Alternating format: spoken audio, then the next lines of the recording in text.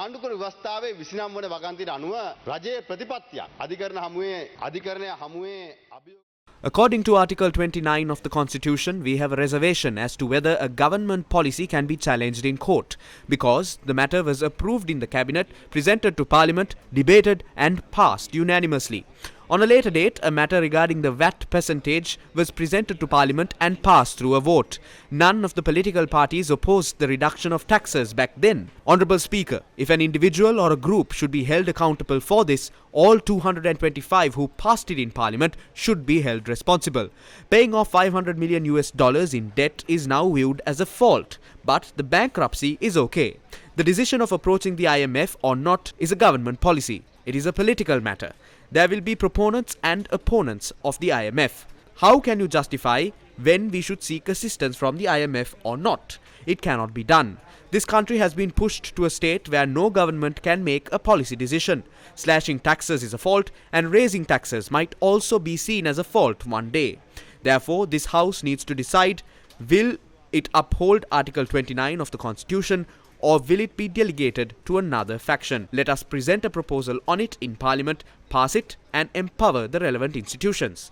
If a policy decision by the government is being challenged, that fact should be considered by the House. We wish to state very clearly that we respect court rulings, but we will seek legal assistance. කාල සීමාව තුළ තීන්දුවක් ගත යුතුයි කියලාත් මම විශ්වාස කරනවා. අපි පැහැදිලිව කියනවා අපි අධිකරණ තීන්දුව වලට ගරු කරනවා. ඒ සඳහා අපි නීති උපදෙස් පතනවා. මන්ත්‍රීතුමා කිව්වා The MP mentioned that everyone in Parliament approved the slashing of taxes. That is inaccurate. I checked the Hansard and the opposition has opposed it. The court ruling suggests that there was a delay in seeking assistance from the IMF. The IMF should have been approached much earlier, is what it says.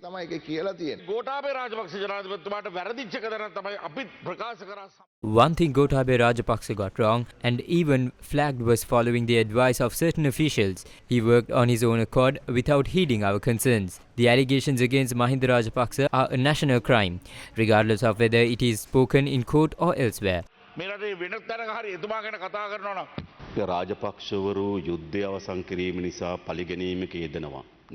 Many believe revenge is being exacted on the Rajapaksas because they ended the war. No, this is happening because they ended the war but looted the country.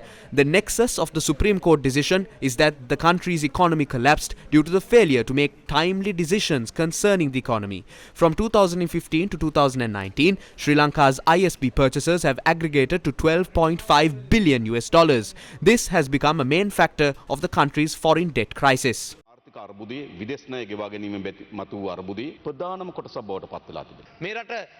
This country was pushed towards bankruptcy. It was not a natural occurrence. The court itself has answered the question of who is responsible for it. The law must be tightened on them. The people expect a decision beyond the initial ruling.